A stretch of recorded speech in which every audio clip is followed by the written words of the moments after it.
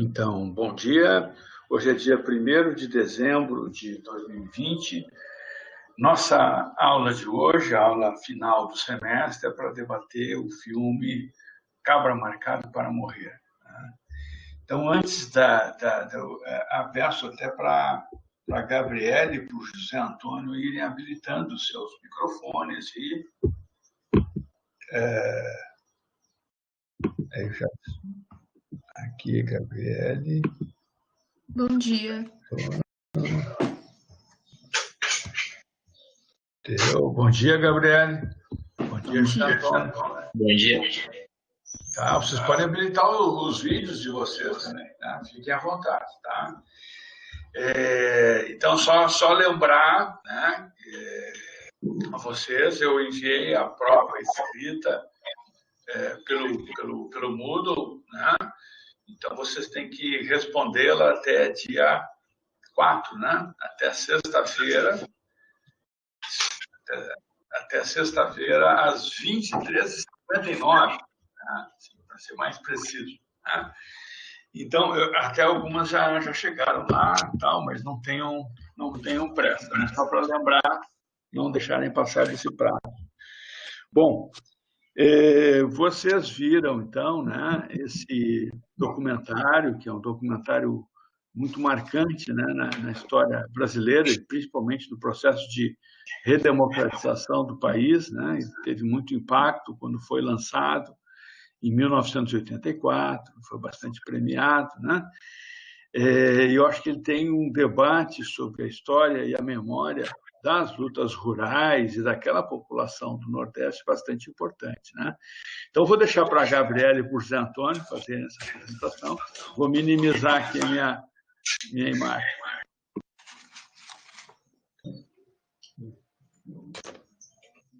Olá, então, bom dia a todas e todos. Eu e a Gabriele vamos apresentar, né, nossas concepções do filme Um Cabra Marcado para Morrer, e eu vou falar dessa primeira parte e ela vai, né, tomar a discussão mais adiante. É um filme do diretor Eduardo Coutinho, né, o professor já falou também que é bastante premiado, ganhou prêmios no Festival de Berlim e no Festival de Gramado, dentre outros festivais. Ele é um documentário e, ao mesmo tempo, um semi-documentário, né? É muito interessante a montagem dele, por ser, digamos, um filme do filme, né? Do filme que seria feito. Então, ele começa narrando a viagem que ele fazia com a Univolante para as discussões, né, acerca das universidades, da expansão das academias pelo Brasil, né? Fazia parte do CPC, que era o Centro de Cultura da Uni, e quando ele passava pela Paraíba, né, teve o evento que foi a morte de quem vai ser o personagem principal do filme, que é o João Pedro Teixeira, e esse evento reuniu muitas pessoas, né, chamando a atenção de todos ali. Então ele tem a ideia de fazer esse documentário com as pessoas reais, né, que passaram pela situação. Quando fez o roteiro e tudo estava pronto para desenvolver o projeto, teve uma revolta lá na região de Sapé, onde era, né, o local destinado às gravações, e eles acabaram optando por mudar para um lugar que seria o Engenho da Galileia, que foi onde se instaurou a primeira dessas ligas camponesas. Lá só foi a Elizabeth, que era a mulher do personagem principal, né, que manteve o papel dela, mas todos os outros foram encenados por camponeses locais, todos os outros papéis. Quando eles começaram a encenar, pouco tempo depois, em 64, né, os primeiros fatos narrados foram lá em 62, a morte do personagem principal e tudo. Mas em 64 teve, né, o golpe, e os militares acabaram acusando todos que participavam das filmagens e dos movimentos sociais ali de comunistas e interrompeu tudo, teve o confisco, né, do material, que ele só veio a, a conseguir reaver em partes tempo depois, que é, né, 17 anos depois ele retoma esse projeto e tenta encontrar novamente essas pessoas, entender o que foi a vida delas nesse meio tempo. Quando ele reencontra essas pessoas e mostra as filmagens, a parte que mais interessa para elas é ver, né, como eles eram 17 anos antes, ou reencontrar algumas pessoas que moravam ali e não moram mais. A própria Elizabeth, como acusada de comunismo, tem que se refugiar, passa um bom tempo procurando por ela, encontra através do filho mais velho, que leva ela até lá. Quando eles estão falando, o próprio filho mais velho pede para que fique registrado que, na concepção dele, nenhum governo, né, é a favor do povo, então ele faz, acho, questão de criticar todos ali. Depois, a Elizabeth se põe a narrar como foi a vida dela, né, e do marido, até ele ser morto, o fato de que ele sabia que seria morto, né, pelo menos falava que sabia que seria morto. Acho muito importante essa ligação e esse fato pro nome do filme, que ele realmente estava marcado para morrer. Ele foi assassinado por 2 soldados da polícia militar e um vaqueiro que era da fazenda de um latifundiário, que era ele era, como eu posso dizer, ele tinha concorrido a deputado federal, enfim, e não havia sido eleito. Ele era o 5º suplente. Então, para que ele conseguisse ali o fórum, pelo menos é o que narra o documentário, o titular da vaga e os 4 suplentes foram assumindo tudo em um dia e renunciando para que ele pudesse assumir a vaga. Eu acho que o mais importante, assim, ou o que eu mais pensei sobre essa primeira parte do documentário é o fato de colocar as disputas camponesas dessa região numa longa duração, porque é um lugar onde as revoltas camponesas e os litígios entre o Estado e a formação da vida do campesinato em si já vem acontecendo desde o século XVIII, né? Onde tinha, por exemplo, episódios como a Guerra dos Mascates, né?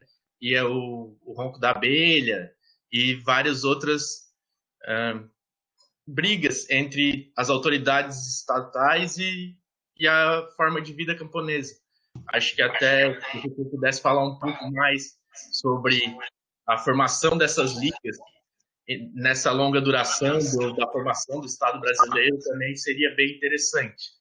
Mas daqui para frente é a Gabriele que vai continuar a narrar a história do filme ou documentário. Então, gente, bom dia. Eu vou agora, a partir da metade do documentário, eles dão um foco mais na Elizabeth e como foi quando eles interromperam as gravações do documentário. O documentário ele mostra a Elizabeth no que foi os últimos comícios dela. Quando o João Pedro foi morto, ela assumiu o lugar dele, então ela deu continuidade na luta dele. E ela continuou lutando pela morte dele e pelos outros companheiros que tinham sido tombados, ela usa essa palavra. E eles mostram ela nos últimos comícios e eles vão para Galileia filmar o que é a última cena gravada antes do exército cercar eles.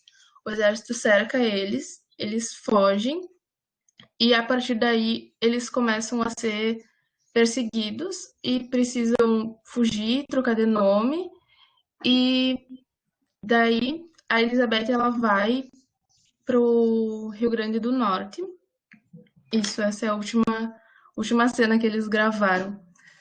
E o documentário começa a passar o depoimento das pessoas que estavam lá e como o exército agiu. O exército foi totalmente violento e ele queria justamente o pessoal que estava filmando, porque eles acreditavam que estava acontecendo uma revolução e que eles tinham. Saiu em todos os jornais que eles aprenderam um material de subversão comunista, que lá ia acontecer uma revolução. Então, os participantes, eles relatam as torturas que eles sofreram. E a Elizabeth também, ela fugiu e mudou de nome e se entregou logo após. Ela fugiu para o Recife e ela se entrega e fica 4 meses presa, sofrendo torturas. E depois, após isso, ela é solta e ela vai para a casa do pai dela para ficar lá refugiada, digamos assim. E o pai dela, ele nunca apoiou o relacionamento dela com o João Pedro. E eu acho que essa parte do documentário, assim, bem engraçada, não de maneira boa, mas o exército vai buscar ela na casa do pai dela e ela diz que ela não vai, mas que ela vai no outro dia, de certeza o pai dela dá a palavra. E no outro dia ela sabia que ela ia sofrer tortura, então é claro que ela não vai, e ela foge para o Rio Grande do Norte com um filho só, e eles tinham 11 filhos. E a partir daí, o Eduardo Coutinho, o diretor, ele tenta construir a memória deles, porque durante a ditadura e durante o tempo que ela ficou escondida, no anonimato completo, no Rio Grande do Norte, ninguém sabia quem ela era, a imagem do João Pedro foi apagada, inclusive eles bombardearam o túmulo, pode ser, dele, então era como se ele não existisse. E aí o Eduardo Coutinho volta, né, 17 anos depois, e tenta reconstruir essa memória. E ele busca os filhos da Elizabeth para falar com eles, perguntar sobre os pais, se ele lembra. E os filhos, eles eram muito pequenos, então eles não lembram. O Eduardo Coutinho mostra foto.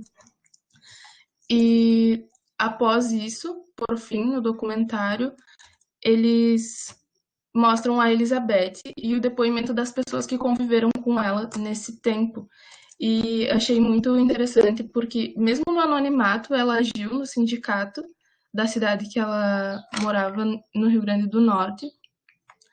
E com a lei da anistia, ela pode sair do anonimato. E aí o documentário mostra as pessoas que conviveram com ela, falando que ela sempre foi a mesma pessoa e que ela ajudava, ela trabalhava lavando roupa e dando aula para as crianças. E inclusive ela até fala que ela nunca deixou o debate dos camponeses de lado, sabe? E por fim ela volta para encontrar os filhos dela. E ela, até o final do documentário, ela tinha encontrado 2 dos seus filhos. Mas eu pesquisei e acredito que até hoje ela já tenha encontrado os filhos dela. Ela é viva, ela tem 95 anos. E agora ela não é mais uma militante tão ativa, mas até 2017 ela ainda participava de comícios pelo Movimento Sem Terra e pela luta pelo campo mesmo. Acho que é isso. Uma última coisa que ficou, eu acho que também é importante ser falado, é a relação dessas pessoas com a religião, né? Que né, muitas delas falam sobre sua relação e a religião que, digamos que expulsou o ator, quem fez, né, o papel principal no filme, talvez nessa intenção de não se meter nas disputas políticas do país ou até mesmo de uma manutenção do status social, né, mas fica bem delineado que todos eles têm um lado religioso muito forte. Acho que a gente pode até fazer uma relação com o que a gente estudou anteriormente sobre a área cinzenta. esse personagem do documentário, ele se mostra não arrependido, ele gosta de ter visto ele participando, mas ele não se posiciona mais, porque a igreja meio que expulsou ele por ele ter se posicionado, enquanto os outros, por terem sofrido tortura e, enfim, eles até falam que ficaram mais revoltados, porque quando eles eram livres, eles trabalhavam para aquele povo. E o Zé Daniel, se não me engano, ele ficou 6 anos preso. Então, ele ficou 6 anos privado e acabou por sair mais revoltado da cadeia. Sim, a constituição de paisagem rural e tudo isso também vai perpassando, né? Como é um documentário, é muita informação, é muito difícil de ficar trazendo tudo de uma maneira linear, mas, bom, foi muito interessante ver e acho que é uma temática muito, muito importante de ser trabalhada, porque acho, no imaginário popular talvez nem se pense em formação camponesa no Brasil, né? Acho que as pessoas, quando pensam em campesinato, pensam em outros lugares e não aqui. Mas essa foi a nossa apresentação. Muito bom, muito boa, ótima apresentação. Eu vou comentar alguns pontos, inclusive esses que vocês levantaram aí para discussão, né? Que acho que são, o filme realmente ele traz vários elementos, né, para a gente debater.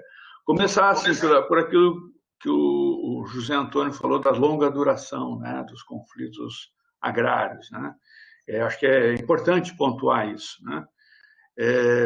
Se a gente for observar, esses trabalhadores ali da região da Zona da Mata, tanto da Paraíba como de Pernambuco, eles são trabalhadores da cana, né? Então, eles são trabalhadores canavieiros, né? Muitos assim estudos sobre o fim da escravidão no Nordeste do Brasil relatam que os antigos cativos, em grande número, foram transformados em moradores de engenho, né? Ou agregados da engenho. Esse nome morador ou agregado é usado em Pernambuco, mas não é só um caso de moradia, né? O sujeito mora num sítio dentro do latifúndio, certo? Naquele sítio ele tem até uma pequena rocinha, uma lavoura, mas ele trabalha na lavoura principal, no eito, que é a lavoura de cana, né? O que acontecia nos anos 50 era uma espécie de uma retração da lavoura canavieira, naquela economia nordestina, né? Há uma conjuntura ruim para a cana-de-açúcar, né? Então, vários proprietários passaram simplesmente a viver nas capitais e trocavam, né? Mantinham aqueles trabalhadores no seu latifúndio como foreiros, né? Pagando o foro, né? O que é o foro? O foro é um aluguel anual pelo uso da terra e pela moradia no local, certo? Então, quando aparece o movimento das primeiras associações de lavradores, que eles vão chamar de ligas camponesas, né? São contra o aumento do foro, né? Que é o aumento do aluguel, porque havia muita inflação também, né? Então, os proprietários queriam se resguardar da inflação aumentando o foro. Só que o problema é que a maior parte dos cultivos que existiam naquelas fazendas eram cultivos de subsistência, era farinha de mandioca, era feijão, era criação de galinha e tal. Não era uma criação tão mercantil assim, né? Então, esses agricultores não tinham muito dinheiro para pagar o aumento do foro, né? Essa que é a questão. E aí, o que faziam os proprietários? Praticavam despejos, né? Esses despejos começavam primeiro com a proibição do sepultamento, olha só, a proibição do sepultamento de familiares na propriedade. Esse era o primeiro momento para dar o sinal de que a terra não era deles, porque até então era um costume não escrito, não era defendido em lei nem nada, né? O morador de engenho que morresse, ele era sepultado no cemitériozinho dos trabalhadores do engenho, né? Isso acontecia em várias partes do Brasil. Então, essa regra meio que sagrada, assim, meio que costumeira, importante, enraizada no costume, ela vai passar a ser desrespeitada pelos proprietários. Então, isso é uma primeira bagunçada que existe numa antiga relação, que era uma relação de patronagem, de dominação, era uma relação violenta, mas que tinha uma espécie de reciprocidade, né? Então, nos anos 50 é quebrada essa reciprocidade, né? Então, eu já li algumas teses, né, sobre as ligas camponesas, e esse é um momento crucial para a gente entender aquele conflito rural, né? Ou seja, eles vão lutar contra os despejos, né? E, em alguns casos, onde a briga pela sucessão familiar na propriedade, né, que foi o que aconteceu no engenho Galileia, em Pernambuco, né? A Liga de Sapê é na Paraíba, né? Onde está lá João Paulo Teixeira, Elizabeth Teixeira, a família dele e tal. Mas o engenho onde foi feito as filmagens, ele já tinha sido tomado pelos camponeses, né? O engenho Galileia, por isso que o Coutinho diz, aqui no Galileia, as pessoas são donas do seu próprio tempo, né? Porque eles não precisavam mais pagar o foro. Tinha passado no Congresso a lei do deputado Francisco Julião, que era o advogado deles, né? Aparece até o Julião em alguns momentos da filmagem, né? O Julião era um deputado do partido do Arraes, né? Ele era do PTB de Pernambuco, né? Depois foi para o PSB, né? Então ele era um deputado bastante radical, assim, na defesa dos trabalhadores rurais, né? E na defesa das ligas camponesas. Mas as ligas camponesas têm uma história mais antiga, né? Hoje já se sabe que elas são bem anteriores ao engenho Galileia, embora aqui no filme do Coutinho apareça o engenho Galileia como o central, né, para a fundação das ligas camponesas, né? Mas elas são da década anterior, né? As primeiras ligas camponesas na Paraíba são da década de 1940, e em São Paulo também tem ligas camponesas, no oeste de São Paulo, na década de 40 também, né? Isso aparece muito num estudo do professor Cliff Welch, né, da Universidade Federal de São Paulo, que se chama A Semente Foi Plantada, né, um estudo clássico, né, sobre a luta pela terra e o sindicalismo rural, né, nos anos 40. Ele pega até algumas coisas dos anos 20 e 30, assim, mas nos anos 40 era claramente estabelecido. Como um trabalho, era um trabalho de massas feito pelo Partido Comunista Brasileiro. Ainda na época que ele foi legal, entre 1945 e 1947, né, células do Partido Comunista Brasileiro também vão entrar no trabalho rural, de organização dos camponeses. Essa palavra, camponeses, ela tem muito mais uma origem política, né? Ela vai ser a palavra criada pelo movimento, pela reforma agrária, por radicais do campo, pelos comunistas, pelos socialistas, pelos trabalhistas, né? Porque os trabalhadores, assim, eles não se chamavam camponeses, eles se chamavam lavradores, moradores, foreiros, e cada região tinha um nome diferente, né? Ser chamado de camponês já significa uma posição política, né? Então, quando a gente vê um daqueles depoentes dizendo assim, aí nós organizamos os camponeses, né? A gente já nota que ele tem alguma formação política, né? Ele tem algum debate político acumulado, né? Na época, o principal, no contexto político, religioso do período, as igrejas evangélicas, elas eram menos anticomunistas do que a Igreja Católica, certo? Isso é um fato interessante a gente reparar. Vocês podem ver que tanto João Pedro Teixeira como vários outros camponeses, né, eram crentes da Assembleia de Deus, da Igreja Batista, de igrejas marginais, naquela época, que mais tarde cresceram, né? Mas naquela época eram muito pequenininhas, né? A Igreja Católica, que era hegemônica, né? Ainda é, né, no Brasil hoje, mas naquela época era muito mais, né? E a Igreja Católica ela era a principal instituição em confronto com o Partido Comunista Brasileiro, no meio rural, no meio urbano, certo? Confronto ali, paroquiano, local, né? naquela capilaridade da sociedade, né? Tanto é que aparece no documentário aquelas marchas da família com Deus pela liberdade. Vocês viram ali, né? aparece em reportagens de jornal, inclusive em cidades pequenas de Pernambuco e Paraíba. Essas marchas eram chamadas pela Igreja Católica para derrubar o governo João Goulart, né?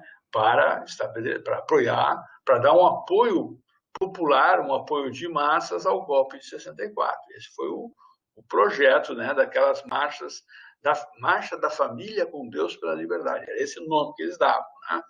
Então, a religião, ela entrou na política.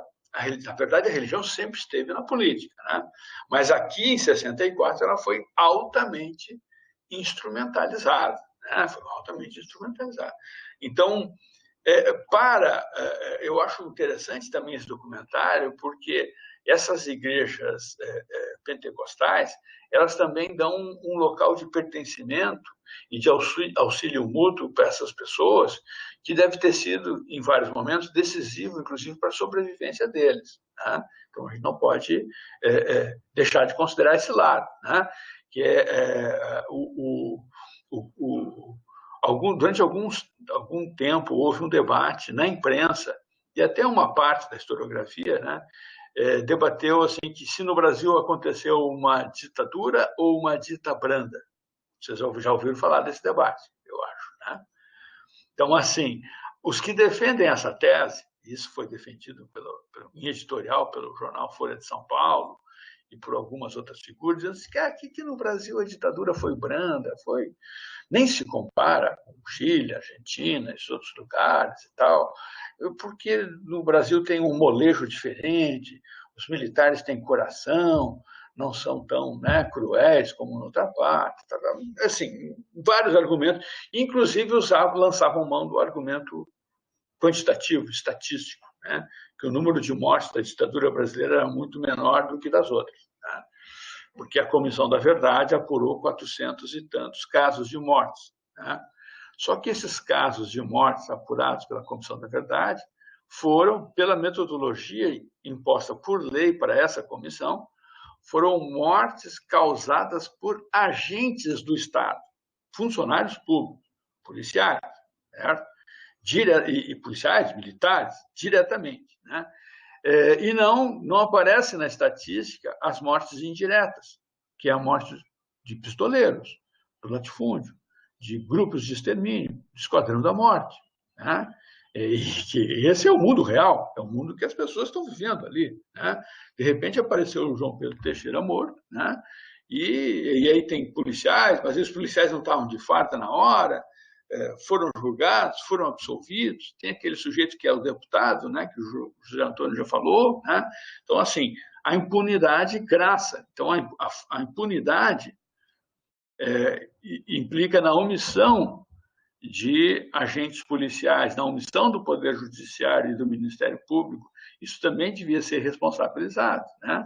Se a gente for ver, por exemplo, o número de indígenas mortos, né? Quando os militares decidiam fazer a Transamazônica e grandes outras estradas na Amazônia, aquilo representava, né, para muitas populações indígenas a morte certa. E os relatórios já apuraram mais de 8.000 indígenas mortos no Brasil durante o período da ditadura militar. Como é que eles eram mortos?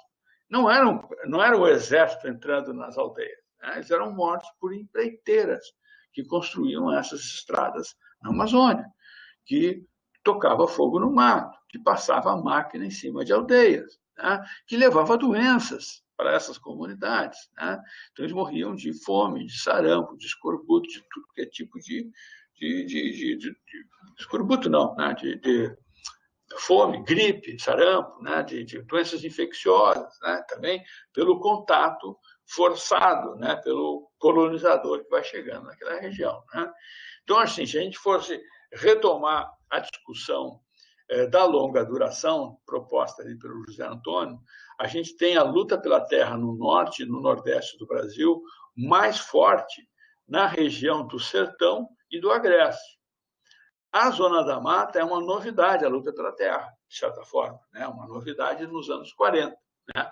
Porque os movimentos anteriores, né, como o Ronco da Abelha, como a Guerra dos Cabanos e outros conflitos, eles foram na região do Agreste e do Sertão, né? Onde a luta pela terra era muito mais explícita. enquanto que a ocupação do latifúndio açucareiro no litoral sempre foi mais estável, né? Com exceção de algumas conjunturas, né, de instabilidade. Né? Tem um livro muito importante, que é do Walter Fraga, que é um professor da Universidade Federal do Recôncavo Baiano. O Walter Fraga faz um estudo sobre o fim da escravidão na Bahia. Né? E no Recôncavo Baiano, que era uma região, o Recôncavo é próximo a Salvador, então próximo à região litorânea, muito semelhante à zona da Mata do Nordeste, de Pernambuco, ali, né? O Recôncavo Baiano era uma região canavieira, né, que vivia a crise da cana e da escravidão nos anos de 1880. Né? O que acontece com a chegada do aviso? Né? O Walter Fraga vai até ver qual o aviso ministerial que era feito. Né? O aviso chegou através de um telegrama do Ministério da Agricultura no dia 13 de maio de 1888. E o aviso tinha um tom meio literário, é possível que tenha sido redigido até pelo Machado de Assis, que era funcionário do Ministério da Agricultura. Ele dizia o seguinte: a terra que até ontem escravizava, hoje é livre. Está extinta a escravidão no Brasil. Com esse aviso, os escravos daquela região da Bahia leram esse aviso e disseram o seguinte: bom, ganhamos a liberdade e as terras. Né? E passaram a ocupar vários engenhos no Recôncavo Baiano. E os proprietários foram para a imprensa de Recife, dizendo que os os ex-escravos deles eram ignorantes e que estavam sendo iludidos a cometer crimes e a invadir propriedades. Né? Na verdade, aí a pesquisa do Walter Fraga vai mostrar que existia uma longa luta pela terra por parte dos escravos. Né? Luta que fazia com que eles aumentassem, vamos dizer assim, os seus sítios pessoais e familiares e diminuíssem o tempo de trabalho na lavoura principal, que era na lavoura de cana-de-açúcar, uma espécie de luta pela renda da terra. Né? É uma tensão que já existia ali. Então, assim, a questão agrária ela é fundamental para a gente definir parâmetros de democracia em qualquer sociedade moderna, certo? Qualquer sociedade moderna. Vejam só, quando termina a Segunda Guerra Mundial e há uma ocupação norte-americana do Japão, o Japão fica sob o governo do general MacArthur, que era um general do exército norte-americano, aposentado já, né? E uma das primeiras coisas que o general MacArthur faz no Japão é uma reforma agrária. Entre 1947 e 1948, é realizada uma reforma agrária no Japão. Ele distribui terras para camponeses que pagavam aluguéis a seus grandes proprietários. Né? E faz isso, né, em praticamente 90% do campesinato que vivia tutelado por grandes proprietários consegue o título de propriedade por essa reforma agrária. Qual é a ideia do MacArthur? Era quebrar a classe proprietária japonesa, que era uma classe de latifundiários, que era a base social do militarismo japonês, ou pelo menos do militarismo japonês que se projetou pela restauração Meiji, que acontece, que é um processo de modernização do Japão desde 1868 até a Segunda Guerra Mundial. Né? Então, MacArthur entendeu ali que para democratizar a sociedade japonesa, ele tinha que fazer a reforma agrária. Né? Então, houve uma reforma agrária no Japão, houve uma reforma agrária na Coreia, tanto na Coreia do Norte como na Coreia do Sul. Né? Houve reforma agrária na Itália, né? Houve reforma agrária em vários países, né? Que tiveram, né, um alinhamento com o nazifascismo durante a Segunda Guerra Mundial. Né? Então, a reforma agrária ela é debatida mundialmente como sendo um elemento importante para a democratização da renda e da democratização da política e da sociedade em geral, né, da sociedade moderna. E isso é um déficit que o Brasil tem, é algo muito grave na formação, e é uma grande deficiência na formação da chamada democracia brasileira, que a gente tem que botar entre várias aspas, né? essa democracia brasileira. Por quê? Porque não resolveu o seu contencioso agrário. A gente tem aqui no nosso país um processo crescente de concentração fundiária. E a concentração fundiária, ela é mais do que concentração de riqueza.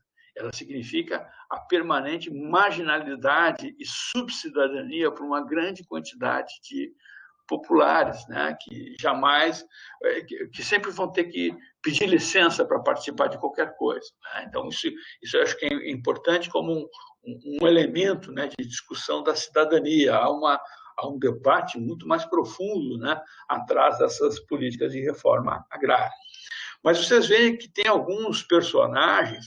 Quem quiser também se inscrever para falar, é só habilitar o áudio e vídeo e entrar, pessoal. Tá? Fiquem livres para isso. Eu só queria comentar mais uns pontos aqui, que eu para não deixar de debater. Né? Tá. Um ponto importante desse debate todo é que o filme é feito também numa conjuntura de democracia restrita, certo? O filme, que é isso que o José Antônio fala, o filme sobre o filme, né? Então, o filme ele é concluído entre 1981, 82 e 83, né? Nesses 3 anos ali, né? Esses 3 anos são anos do fim da ditadura militar no Brasil. É o último governo militar, é o governo do general João Batista Figueiredo. E vocês verem que as pessoas têm um certo cuidado ainda, têm um certo receio.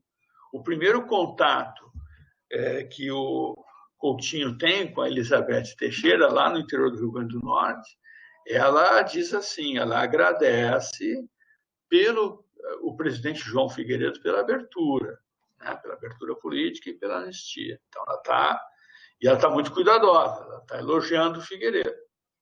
Né? Ela não diz aquilo porque ela admira o Figueiredo, ela não admira nada. Né? Depois até ela vai dizer, e aí vem a frase, né, do filho dela, que diz assim, que nenhum governo presta e tal, e ela vai dizer isso mesmo, né? Ela vai confirmar aquilo.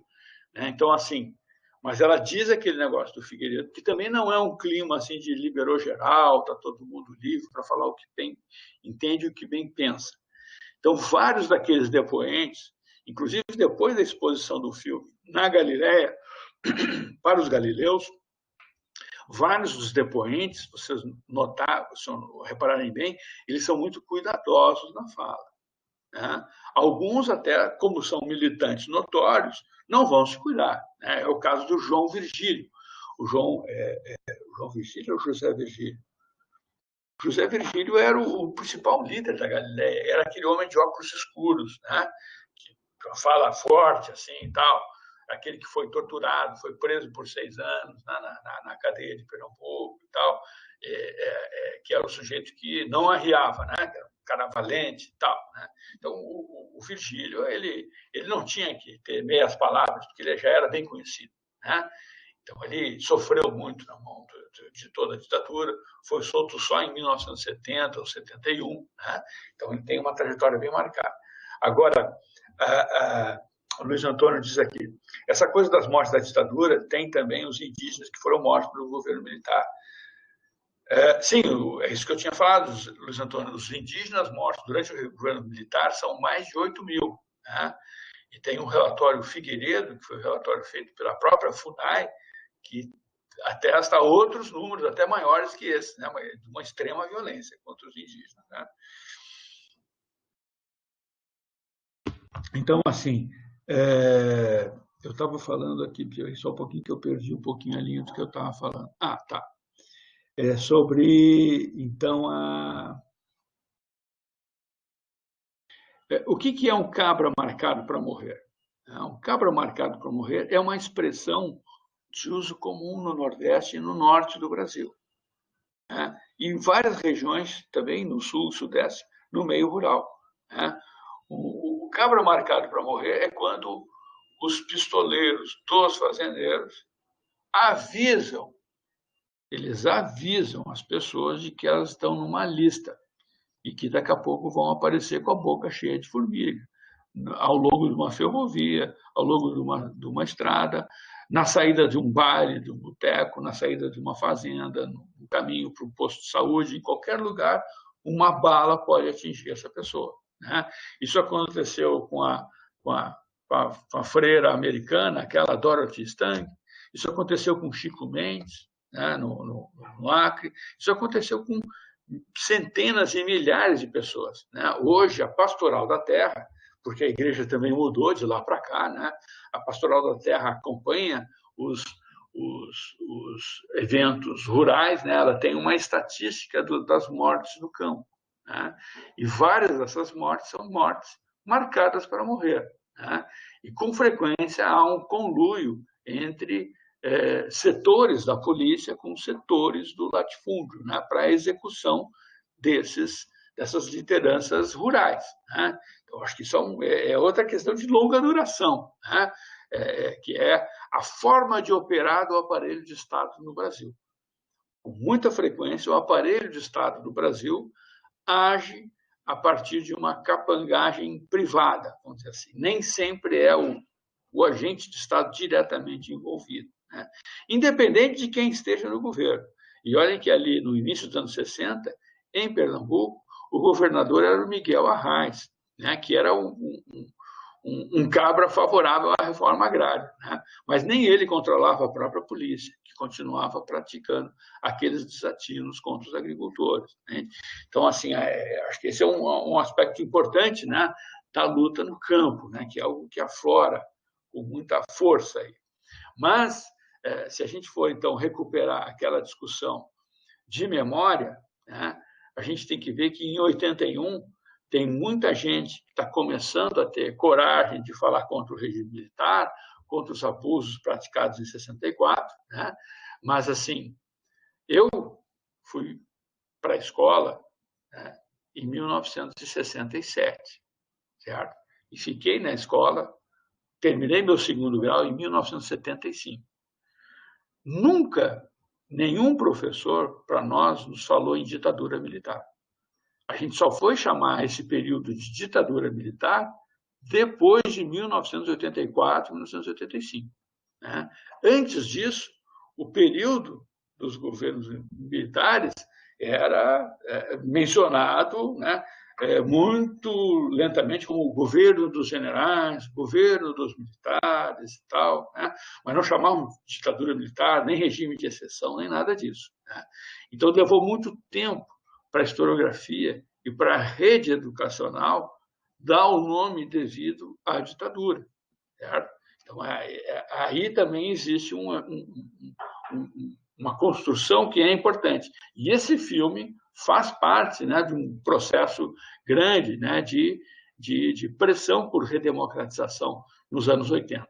Né? Esse filme foi lançado na época da campanha das diretas já, em 1984. Né? Quando se lutava por eleições diretas para presidente da República, que era uma coisa elementar, né? Mas que nem isso existia, mesmo durante o governo Figueiredo. Né? Aqui o Matheus diz o seguinte: interessante notar na história oral como as expressões de tons de voz dizem muito sobre o discurso de quem fala. Sim, aí no caso principalmente dos conceitos, né, de determinadas palavras que a gente vai pegando. Né? A Elizabeth, ela fala em camponês, né? Ela fala, às vezes, lavradores, agricultores, mas ela, com muita frequência ela fala camponeses, né? Porque Elizabeth, ela também era uma pessoa, ela era uma militante política organizada, né? Ela era integrante do PCB, né? Então, ela teve uma desenvoltura política muito grande, né? Ela tem aquelas imagens, aqueles discursos que ela fazia.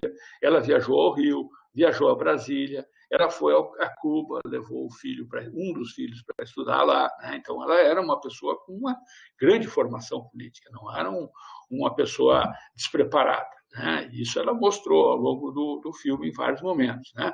Se vocês colocarem o nome da Elizabeth Teixeira no YouTube, vocês vão ver depoimentos recentes dela, né, sobre a luta pela terra, como a Gabriele nos lembrou aqui, né?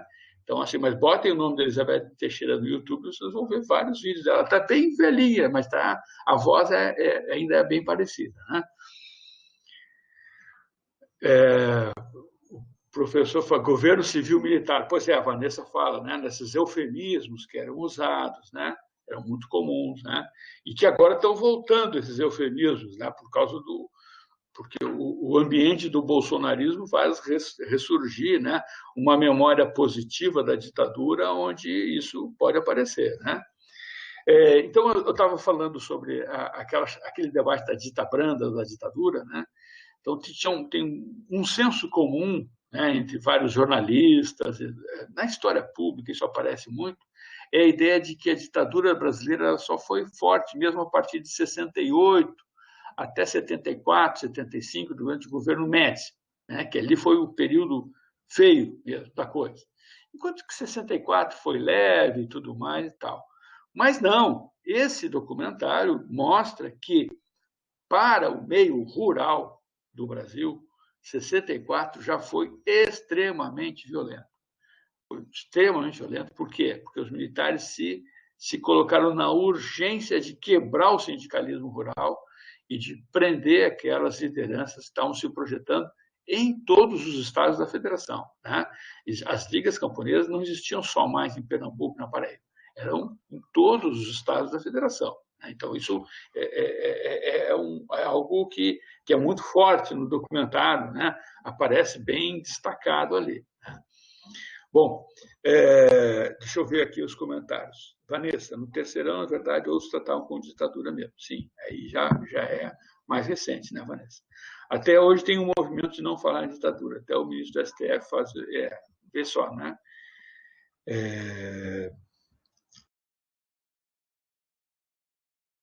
Então, né, a Elizabeth Teixeira, eu não sei se a Elizabeth se encontrou com o Che, né, mas é possível que sim, né? Porque ela já era um nome de projeção latino-americano nos anos 60. Né? Então, a Elizabeth estava completamente esquecida. Nos anos 80, ela foi reachada aqui pelo Eduardo Coutinho. Né? Então, é um momento importante, né, de perfiguração e de recuperação de memória. Né? A recuperação da memória dessas lutas das ligas camponesas, né, ela é fundamental para a retomada para a luta da reforma agrária no meio rural e para a luta do sindicalismo rural. Né?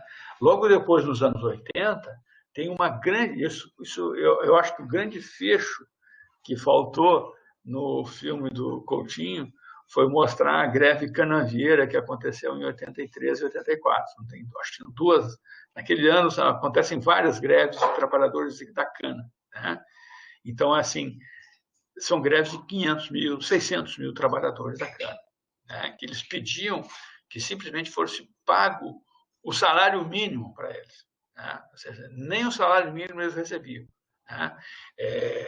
E condições de trabalho, pediam luvas para trabalhar, porque trabalhar na colheita da cana, para quem nunca viu, né? Sem luvas é escalavrar toda a mão, porque a cana tem um pequeno espinho, tem uma coisa que roça, né, na mão, que acaba criando feridas, né, nos trabalhadores. Então, são coisas elementares que a luta, não só a luta pela terra é retomada, como também a luta sindical no campo, o aumento dos salários e melhoria das condições de trabalho são retomadas nos anos 80. Né? Então, esse é um filme importante, porque está no bojo, né, desse processo de redemocratização, né, que, né, no caso do Brasil, foi uma redemocratização inconclusa, né, que não levou a termo. Né. A gente não pode dizer que a reforma agrária tenha sido um sucesso no Brasil, não foi. Né. Não foi, passou por diferentes governos, ela ainda é como se fosse enxugar o gelo, né?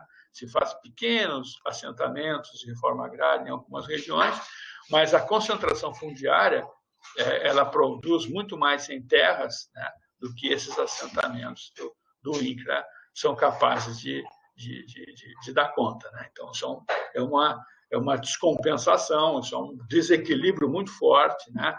É um processo muito forte de concentração fundiária que ainda continua no país, né? E essa concentração fundiária ela é parte, né, desse não é só um problema de renda, ela é um problema de falta de democracia no campo e na sociedade. Né? Acho que esse é um elemento muito importante, né, para a gente entender o Brasil contemporâneo, né, para o debate do Brasil contemporâneo. que mais?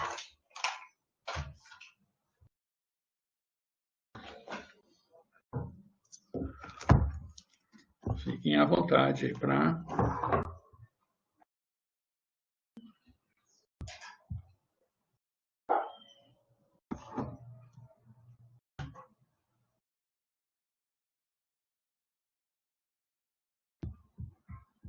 Eu vou dar um pause na gravação enquanto isso. Bom, Luiz Antônio, tem vários documentários sobre a ditadura, né? E que implicam em história oral, né? Então, assim, ultimamente, os principais historiadores têm se dedicado a isso, tem até um ramo da historiografia brasileira que se especializou na oralidade da ditadura militar, né? E de busca de depoimentos, né?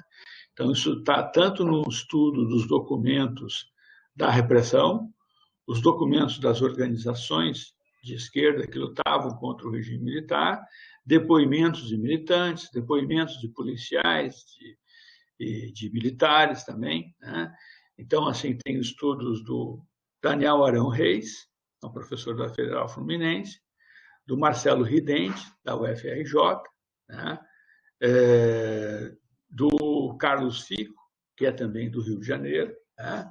Da Ângela de Castro Gomes, né? Então, são autores, né, que têm trabalhado com a memória e com a oralidade da ditadura militar. São dezenas de trabalhos, né? Também tem muitos documentários, assim, filmes, mas a maior parte dos documentários que eu conheço são sobre personagens, né? Então, através de alguns personagens, a gente faz um mergulho na história desse momento, né? Então, assim, tem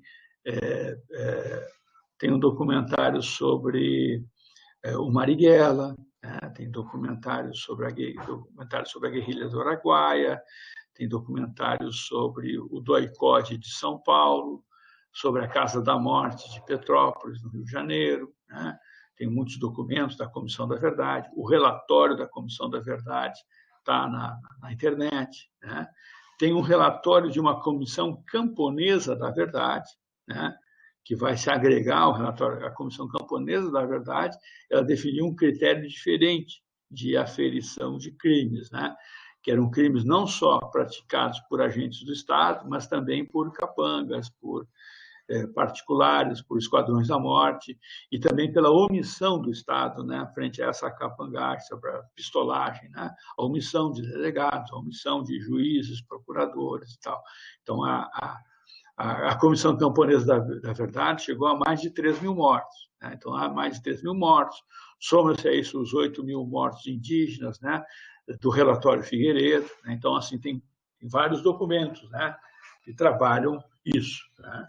Então, claro, há pessoas que trocaram de posição política entre 64 para hoje, né? Isso se nota muito, né, entre depoentes, isso é muito recorrente, né? Tem pessoas que mudaram completamente a vida porque tiveram que... Esse fato, o que faz a Elizabeth de ir para uma outra cidade e mudar de nome, não foi nada raro, né? Muitas pessoas mudaram de nome e construíram uma outra vida, né? E até nem voltaram para a vida anterior, depois da redemocratização, né? Então, há vários estudos sobre trajetórias de indivíduos, né, nesse sentido, né? Então, esse é um ponto bem importante, né? Há toda uma historiografia que se especializou nisso, né? No debate sobre a ditadura militar, sobre a justiça de transição e sobre memória de regimes ditatoriais na América Latina, né? É um debate, também tem uma comunidade de historiadores argentinos, paraguaios, uruguaios, chilenos, né, que fazem a mesma pesquisa nos seus respectivos países, né? Inclusive nas operações que envolviam todos esses países em conjunto, né? Chegou um momento que as ditaduras militares, nos anos 70, elas tinham até uma operação de buscar refugiados dos seus países nos vizinhos, né? A chamada Operação Condor, né? A Operação Condor, eu me lembro, quando aconteceu em Porto Alegre, em 1978, né? quando 2 exilados uruguaios, né, que era o Niversindo Dias e a sua esposa, né, foram capturados pela polícia brasileira, levados até a fronteira uruguaia e entregues à polícia uruguaia. E lá no Uruguai eles foram torturados violentamente nas prisões da ditadura uruguaia, né? E eles estavam legalmente no Brasil. Eles tinham entrado legalmente no Brasil com o passaporte, na fronteira, normal, tinham atividade econômica regular, trabalhavam em empregos regulares, tinham uma vida civil normal, né? Mesmo assim foram capturados e levados à fronteira. Não tinham nenhum crime no Brasil, né? Nada justificava. E nem houve processo de extradição, nem nada, por parte do Uruguai. Foi uma comunicação entre polícias e uma captura, né? Então, isso aconteceu muito, né? Então, quem vivia dentro de alguma ditadura não estava seguro de que pudesse ser levado para os cárceres da ditadura de origem, né? Então, as forças de repressão colaboravam entre si, né? De forma muito, muito estreita, né? Isso apareceu naquele momento.